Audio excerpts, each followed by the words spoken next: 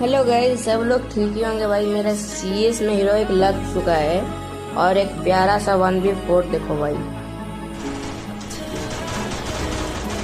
पहला बंदा डाउन, दूसरा बंदा डाउन और मैं इधर से जाता हूँ भाई। इधर तो गुलवाल मारा हुआ है।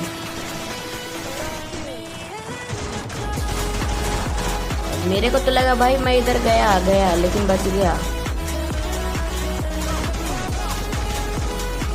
और इसका एक टीममेट बाहर रहता है और ये 1v4 भाई। 3 बंदे को इधर भी मारा, इधर भी देख लो।